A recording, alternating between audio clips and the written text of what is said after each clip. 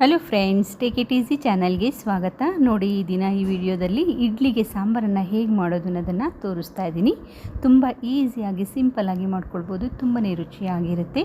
ಹಾಗೆ ಕಿಚನ್ನಲ್ಲಿರುವಂಥ ಸಿಂಕನ್ನು ಈಸಿಯಾಗಿ ಯಾವುದೇ ಶ್ರಮ ಇಲ್ಲದೇ ಹೇಗೆ ಕ್ಲೀನ್ ಮಾಡ್ಕೊಳ್ಬೋದು ಅನ್ನೋದನ್ನು ಕೂಡ ಹೇಳ್ತೀನಿ.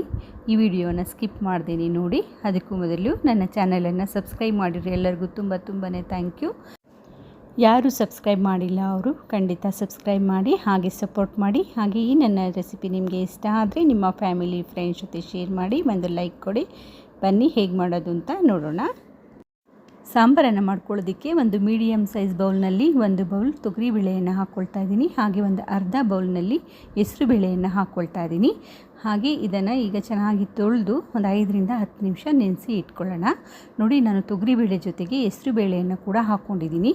ಕೆಲವರಿಗೆ ಬರೀ ತೊಗರಿಬೇಳೆಯಿಂದ ಸಾಂಬಾರನ್ನು ಮಾಡ್ಕೊಳ್ಳೋದ್ರಿಂದ ಆ್ಯಸಿಡಿಟಿ ಆಗುತ್ತೆ. ಹಾಗಾಗಿ ನಾನು ಸ್ವಲ್ಪ ಹೆಸರುಬೇಳೆಯನ್ನು ಹಾಕ್ಕೊಂಡಿದ್ದೀನಿ. ನಿಮಗೆ ಬೇಕಾದರೆ ಬರೀ ತೊಗರಿಬೇಳೆಯಿಂದ ಕೂಡ ಮಾಡ್ಕೊಳ್ಬೋದು. ಇವಾಗ ನೋಡಿ, ಈಗ ಒಂದು 5ರಿಂದ 10 ನಿಮಿಷ ಹೀಗೆ ನೆನೆಸಿ ಇಟ್ಕೊಳ್ಳೋಣ.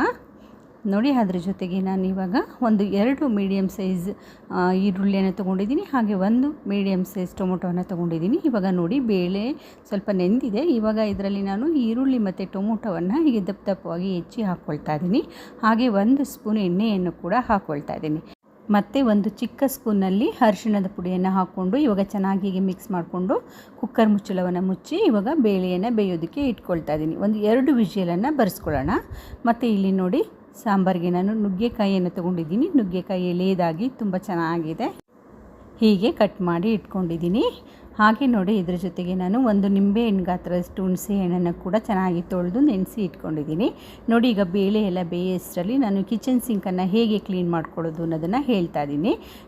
ಕೆಲವೊಂದು ಸಾರಿ ಕಿಚನ್ ಪೈಪಲ್ಲಿ ಕಸ ಕಡ್ಡಿ ಎಲ್ಲ ಸೇರಿಕೊಂಡು ನೀರು ಸರಿಯಾಗಿ ಹೋಗ್ತಾ ಇರಲ್ಲ, ಹಾಗೆ ಕೆಟ್ಟ ವಾಸನೆ ಕೂಡ ಬರ್ತಾ ಇರುತ್ತೆ. ಹಾಗಾಗಿ ಇದನ್ನು ಕ್ಲೀನ್ ಮಾಡ್ಕೊಳ್ಳೋದಕ್ಕೆ ನಾವು ಬಿಸಿನೀರು ಹಾಕೋದು ಹಾಗೆ ಹಲವಾರು ಪ್ರಯತ್ನಗಳನ್ನು ಮಾಡಿರ್ತೀವಿ, ಆದರೂ ಸರಿಯಾಗಿ ಕ್ಲೀನ್ ಆಗಿರೋದಿಲ್ಲ.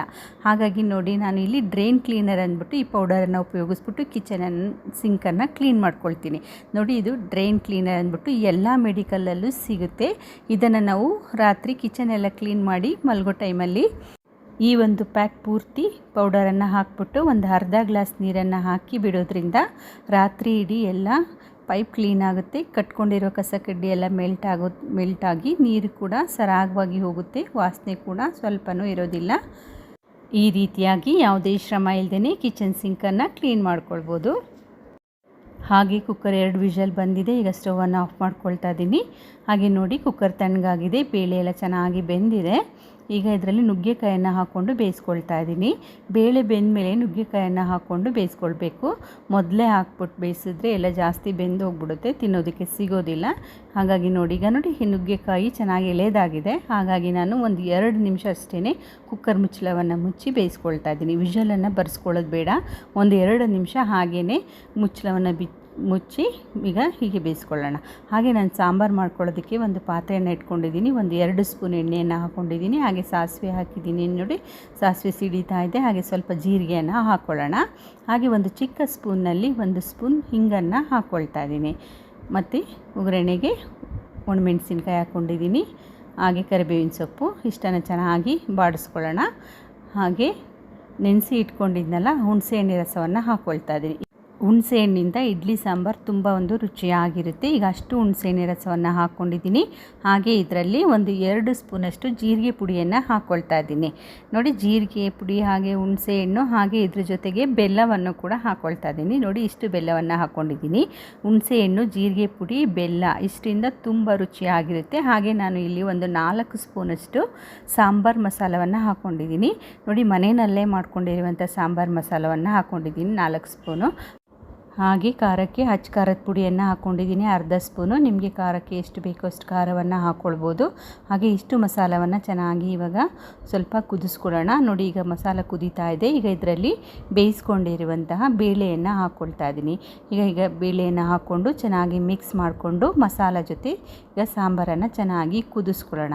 ನೋಡಿ, ಇವಾಗ ಸಾಂಬಾರು ಇದು ಗಟ್ಟಿಯಾಗಿದೆ. ಇಡ್ಲಿಗೆ ಸಾಂಬಾರು ಇಷ್ಟು ಗಟ್ಟಿಯಾಗಿರಬಾರ್ದು, ಸ್ವಲ್ಪ ತೆಳುವಾಗಿ ಇರಬೇಕು. ಹಾಗಾಗಿ ನಾನಿವಾಗ ನೀರನ್ನು ಹಾಕ್ಕೊಳ್ತಾ ಇದ್ದೀನಿ. ಜಾಸ್ತಿ ತೆಳುವಾಗಿಯೂ ಇರಬಾರ್ದು, ಒಂದು ಹದವಾಗಿ ಇರಬೇಕು. ನೋಡಿ, ಈಗ ಇಷ್ಟು ತೆಳುವಾಗಿರಬೇಕು. ಮತ್ತು ಈಗ ಸಾಂಬಾರು ಮತ್ತೆ ಸ್ವಲ್ಪ ಕುದಿಸ್ಕೊಳ್ಬೇಕಲ್ವಾ, ಇನ್ನೂ ಸ್ವಲ್ಪ ಗಟ್ಟಿಯಾಗುತ್ತೆ. ಹಾಗಾಗಿ ಇಷ್ಟು ನೀರನ್ನು ಹಾಕ್ಕೊಂಡು ಕುದಿಸ್ಕೊಳ್ತಾ ಇದ್ದೀನಿ. ನೋಡಿ, ನುಗ್ಗೆಕಾಯಿ ಜಾಸ್ತಿಯಾಗಿ ಬೆಂದಿಲ್ಲ, ಈ ರೀತಿಯಾಗಿ ಒಂದು ಹದವಾಗಿ ಇದೆ. ಇವಾಗ ಸಾಂಬಾರು ಜೊತೆ ಕೂಡ ಕುದಿಸ್ಕೊಳ್ಬೇಕಾದ್ರೆ ಮತ್ತೆ ಸ್ವಲ್ಪ ಬೇಯುತ್ತೆ. ಈಗ ರುಚಿಗೆ ತಕ್ಕಷ್ಟು ಉಪ್ಪನ್ನು ಹಾಕ್ಕೊಳ್ಳೋಣ. ಹಾಕ್ಕೊಂಡು ಇವಾಗ ನೋಡಿ, ಹೆಚ್ಚಿರುವಂಥ ಕೊತ್ತಂಬರಿ ಸೊಪ್ಪನ್ನು ಹಾಕ್ಕೊಳ್ತಾ ಇದ್ದೀನಿ. ಈಗ ಇಷ್ಟನ್ನು ಹಾಕ್ಕೊಂಡು ಚೆನ್ನಾಗಿ ಸ್ವಲ್ಪ ಕುದಿಸ್ಕೊಳ್ಳೋಣ. ಈಗ ಇದು ಸಾಂಬಾರು ಕುದಿಯೋಷ್ಟರಲ್ಲಿ ನೋಡಿ, ನಾನು ಇಡ್ಲಿಯನ್ನು ಕೂಡ ಮಾಡ್ಕೊಳ್ಳೋದಕ್ಕೆ ಇಟ್ಕೊಂಡಿದ್ದೀನಿ. ಈಗ ಇಡ್ಲಿ ಕೂಡ ರೆಡಿ ಆಗ್ತಾಯಿದೆ. ನೋಡಿ ಇಡ್ಲಿಯನ್ನು ಕೂಡ ಹೇಗೆ ಮಾಡೋದು ಅಂದ್ಬಿಟ್ಟು ನಾನು ಒಂದು ವಿಡಿಯೋವನ್ನು ಅಪ್ಲೋಡ್ ಮಾಡಿದ್ದೀನಿ. ಈಗ ಸಾಂಬಾರು ಇಲ್ಲಿ ಚೆನ್ನಾಗಿ ಕುದೀತಾ ಇದೆ. ಸಾಂಬಾರು ರೆಡಿಯಾಗಿದೆ. ಘಮ ಕೂಡ ತುಂಬ ಚೆನ್ನಾಗಿ ಬರ್ತಾ ಇದೆ, ಅಷ್ಟೇ ರುಚಿಯಾಗಿ ಕೂಡ ಇರುತ್ತೆ. ನೋಡಿ, ಇಡ್ಲಿಗೆ ಸಾಂಬಾರು, ಚಟ್ನಿ, ಇಡ್ಲಿ ರೆಡಿಯಾಗಿದೆ. ಒಂದು ಬೌಲ್ನಲ್ಲಿ ಸರ್ವ್ ಮಾಡ್ಕೊಂಡು ನೋಡಿ ತೋರಿಸ್ತಾ ಇದ್ದೀನಿ. ಒಂದು ಹದವಾದಂತಹ ಇಡ್ಲಿ ಸಾಂಬಾರು ರೆಡಿಯಾಗಿದೆ. ತುಂಬ ಈಸಿಯಾಗಿ ಮಾಡ್ಕೊಳ್ಬೋದು. ನೋಡಿ, ನುಗ್ಗೆಕಾಯಿ ಕೂಡ ಒಂದು ಹದವಾಗಿ ಬೆಂದಿದೆ. ನುಗ್ಗೆಕಾಯಿ ಮತ್ತು ಬೇಳೆ ಸಾಂಬಾರು ಇಡ್ಲಿಗೆ ಒಂದು ಸೂಪರ್ ಕಾಂಬಿನೇಷನ್. ನಿಮಗೆ ಬೇಕಾದರೆ ಬೇರೆ ತರಕಾರಿಗಳನ್ನು ಕೂಡ ಹಾಕ್ಕೊಂಡು ಸಾಂಬಾರನ್ನು ಮಾಡ್ಕೊಳ್ಬೋದು. ಹಾಗೆ ಮಲ್ಲಿಗೆ ಆಗಿರುವಂತಹ ಇಡ್ಲಿ ಕೂಡ ರೆಡಿಯಾಗಿದೆ. ಹೀಗೆ ಇಡ್ಲಿಯನ್ನು ಹೇಗೆ ಮಾಡೋದು ಅನ್ನೋದನ್ನು ನಾನು ಅಪ್ಲೋಡ್ ಮಾಡಿರುವಂಥ ವಿಡಿಯೋದಲ್ಲಿ ನೀವು ನೋಡ್ಬೋದು. ಈ ರೀತಿಯಾಗಿ ನೀವು ಕೂಡ ಟ್ರೈ ಮಾಡಿ, ತುಂಬಾ ಇಷ್ಟ ಆಗುತ್ತೆ. ಹೇಗಾಗಿತ್ತು ಅಂದ್ಬಿಟ್ಟು ನಿಮ್ಮ ಅನಿಸಿಕೆ ಅಭಿಪ್ರಾಯಗಳನ್ನು ಕಮೆಂಟ್ ಮೂಲಕ ತಿಳಿಸಿ. ಹಾಗೆ ಒಂದು ಲೈಕ್ ಕೊಡಿ, ಶೇರ್ ಮಾಡಿ, ಚಾನಲನ್ನು ಸಬ್ಸ್ಕ್ರೈಬ್ ಮಾಡ್ಕೊಳ್ಳಿ. Thank you.